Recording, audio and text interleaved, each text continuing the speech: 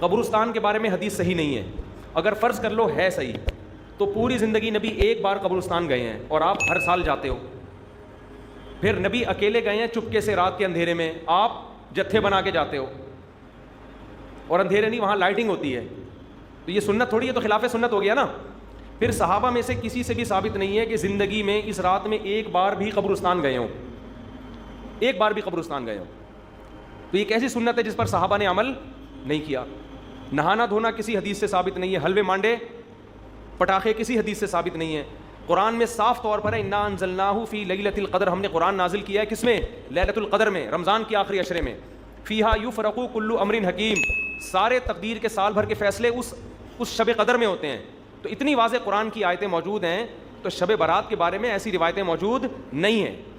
سمجھتے ہو؟ اس لیے بعض ائمہ اس کے قائل ہے کہ بعض رافضیوں نے, بعض لوگوں نے لیلۃ القدر جو ہے نا رمضان کے آخری عشرے میں ہوتی ہے, اس رات کی ویلیو کو گھٹانے کے لیے اس کی اہمیت بڑھائی ہے, تاکہ اس رات کی ویلیو کیا ہو جائے؟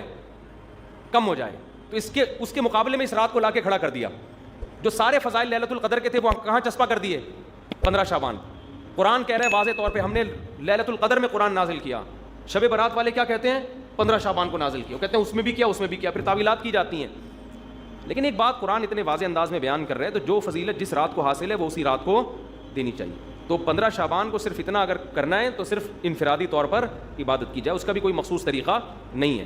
تو باقی یہ قبرستان والی جانے والی بات بھی کمزور ہے, اور اس رات میں فیصلوں والی اور حلوے مانڈے اور تہوار تو رات کو اسلام میں ہوتے ہی نہیں ہیں. اسلامی تہوار تو دن میں ہوتے ہیں, خوشی دن میں منائی جاتی ہے. اسلام میں راتیں عبادت یا نیند کی ہیں, خوشیوں کی راتیں نہیں ہوتی, چراغا نہیں ہوتا.